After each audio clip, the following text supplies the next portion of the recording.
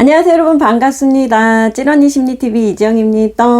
네, 오늘은 지난번에 예고해드린 대로 오늘 동백꽃 필 무렵 다뤄드린다고 했어요. 지난 시간에 그 나의 해방일지, 요즘 장안의 화제 나의 해방일지에서 추앙이 어떻게 사람을 변하게 하는지를 다뤘었어요. 그 내용과 같은 맥락으로 너무 잘 다룬 드라마가 동백꽃 필 무렵이 있었다고 했잖아요.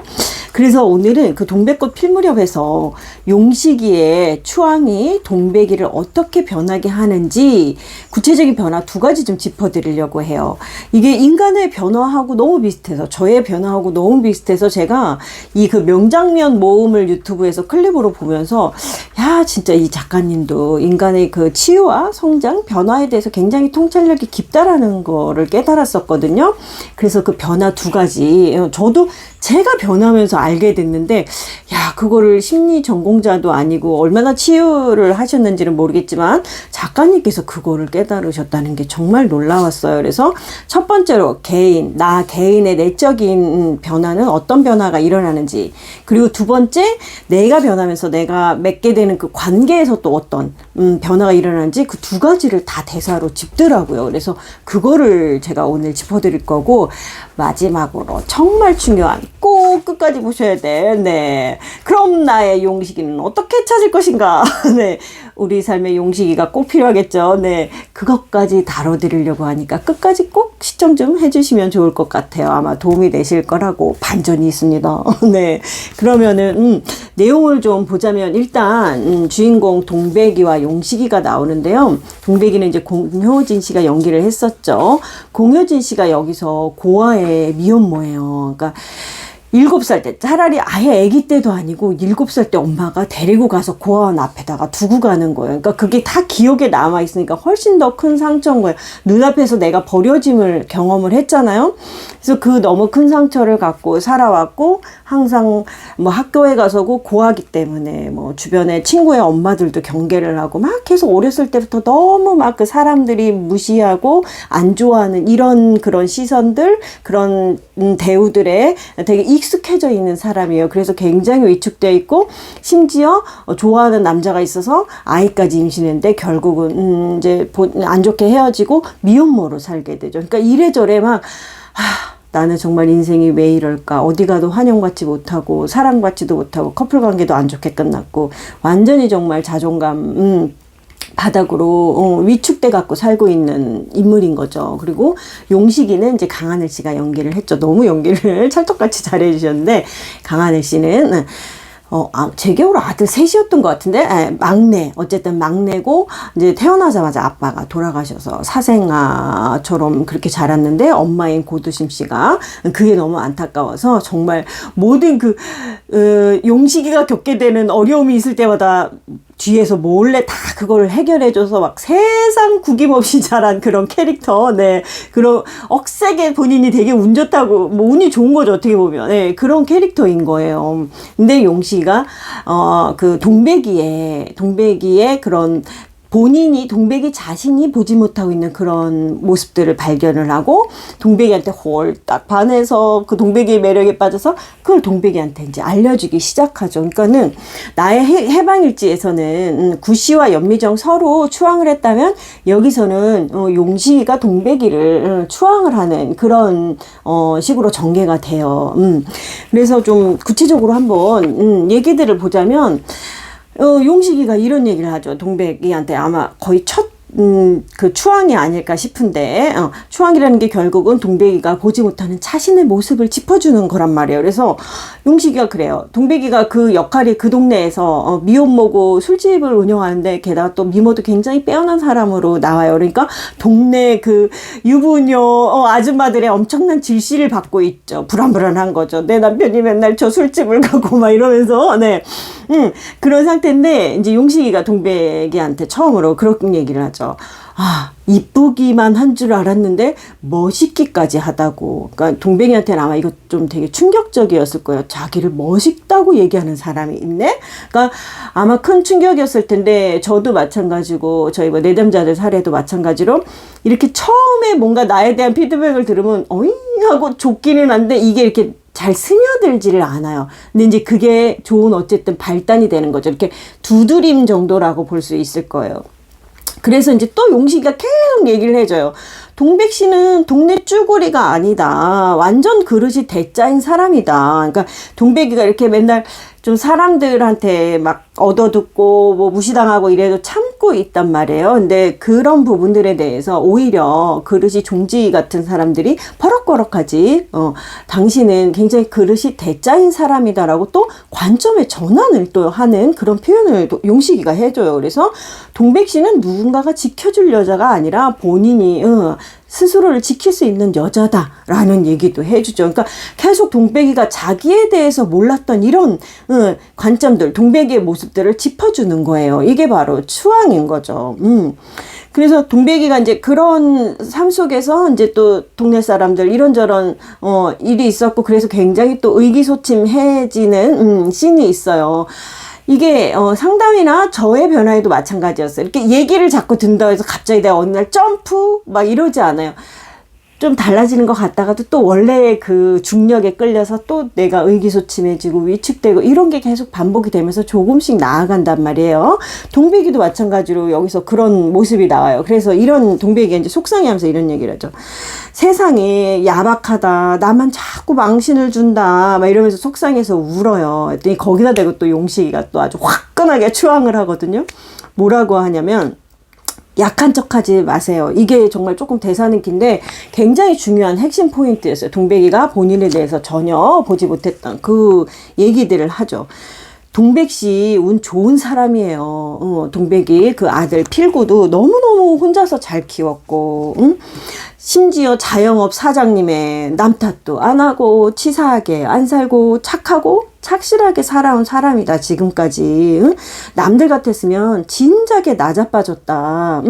동백 씨는 이 동네에서 제일로 세고 강하고 훌륭하고 장한 사람이다 라는 얘기를 해줘요. 그러면서 본인이 이 얘기를 맹한 동백 씨한테 매일매일 얘기를 해주겠다고 얘기를 하죠. 그러니까 동백이가 본인이 보지 못했던 정말 그렇게 고아의 미혼모로 살다 보면은 정말 별의별 유혹도 있고 힘드니까 정말 좀 막 사는 방향을 선택할 수도 있단 말이에요. 얼마든지.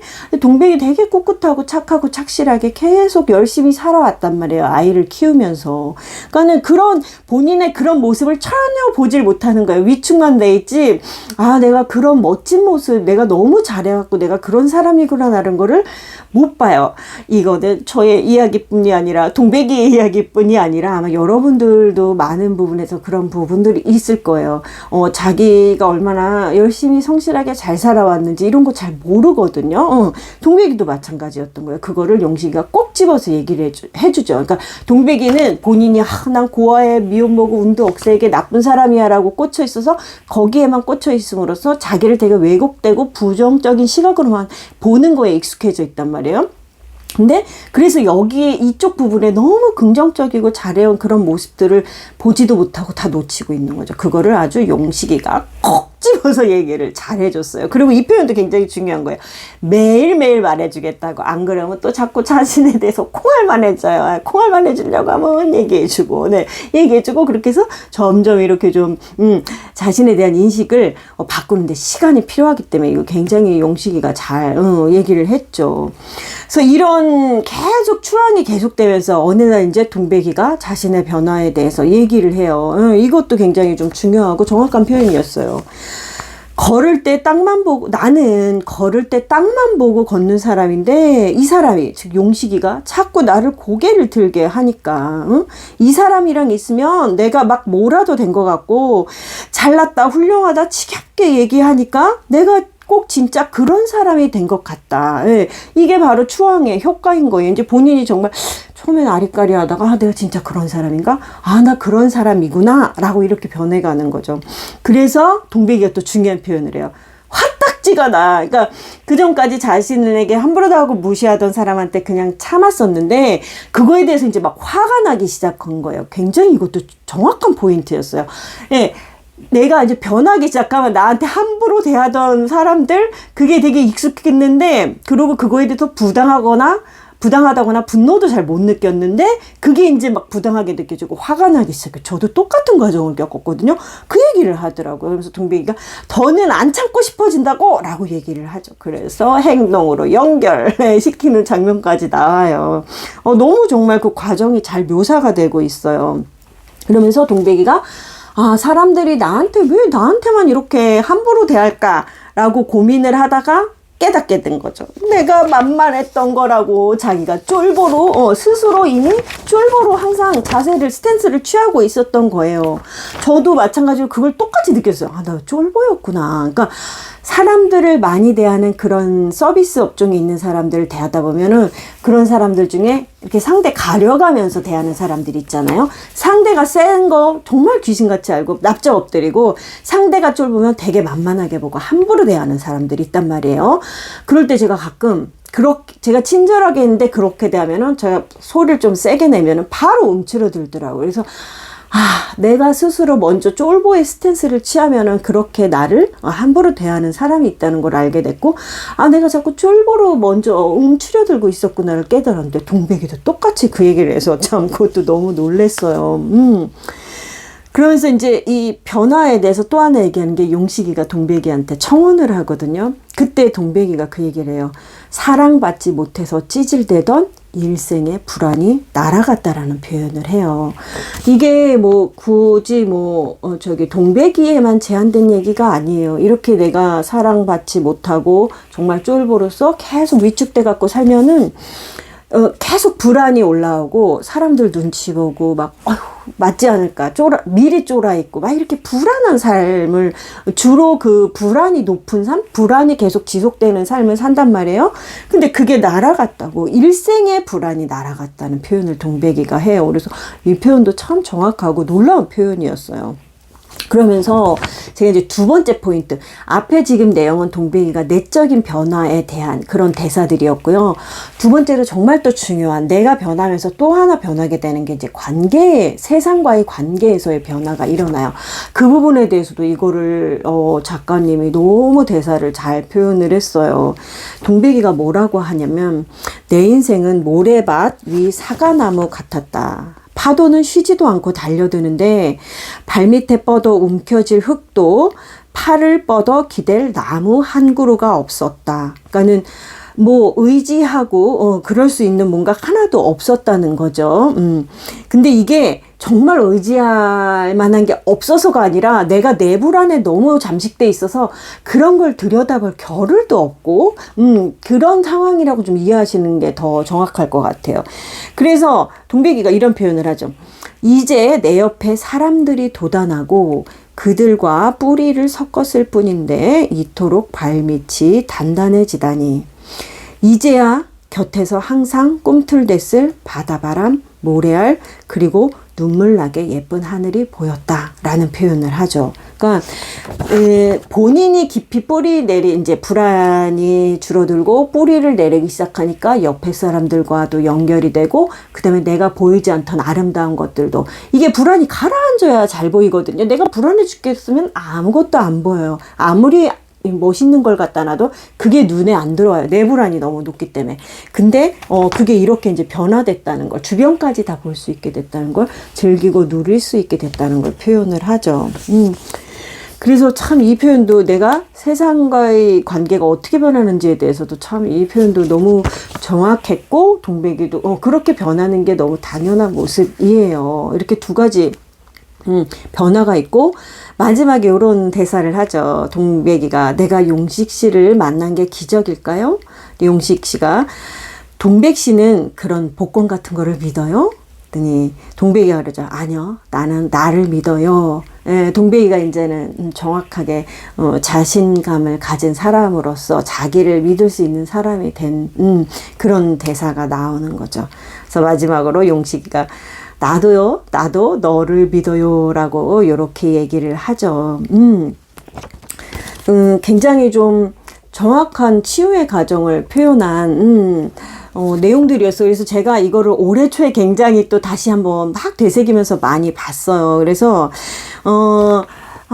이 드라마를 볼 때 많은 사람들이, 여자분들이 그 얘기를 많이 했어요. 내 인생에도 용식이 같은 남자 있었으면 좋겠다. 얼마나 좋아요. 맨날 옆에서 이렇게 당신 최고, 당신 정말 사랑하고 훌륭하고 멋지고 장한 사람인데 이런 얘기 해준 사람이 있으면 얼마나 개꿀이에요. 근데 저도 좀 용식이 같은 사람이 있으면 좋겠다라는 생각도 했지만 결국 제가 영상 초반에서 말씀드렸던 그럼 나를 추앙해줄 용식이는 어디서 찾을까? 네. 제가 올해 초에 이 명장면 모음 10분 남짓한 영상을 계속 다시 돌려봤어요.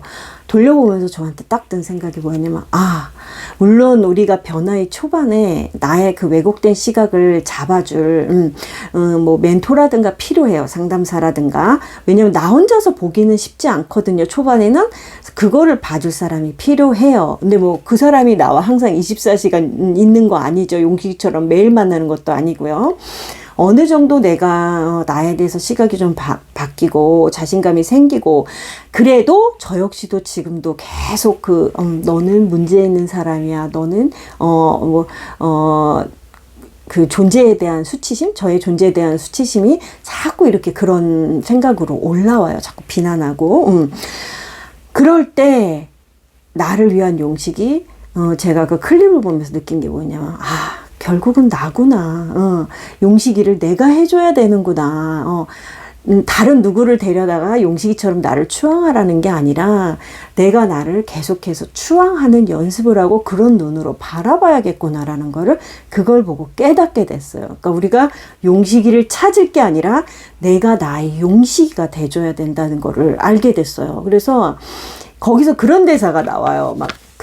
이제 용식이가 동백이한테 하면서 이게 사람이야, 후레쉬야, 막 빛이 난다고 막 이러면서 장난을 너스레를 떨죠. 그때 이제 동백이가 용식이한테 그런 얘기를 해요. 용식 씨는 제가 그렇게 좋아요. 그랬더니 용식이가 그러죠. 환장해요. 막 이러면서 좋아한다는 얘기를 하죠. 근데 그래, 내가 나를 정말 환장할 정도로 좋아하면 참 좋겠다라는 그 대사를 보면서 그 생각이 들더라고요. 결국 그 누구도 아닌 내가 나를 환장할 만큼 좋아하는 날까지 계속해서 나를 추앙할 용식이는 나라는 거. 그거를 제가 꼭 마무리로 전해드리고 싶었어요. 네. 좀 이 얘기가 여러분들께도 좀 제 마음 느꼈던 게 좀 잘 전달이 되었으면 좋겠네요. 네, 오늘 영상으로 추앙 시리즈는 아마 마무리가 될 것 같은데요. 네, 오늘 영상도 도움이 됐기를 바라고요. 도움이 되셨다면 구독, 좋아요도 눌러주세요. 네, 그럼 또 다음 영상에서 뵙도록 할게요. 시청 감사합니다. 안녕히 계세요.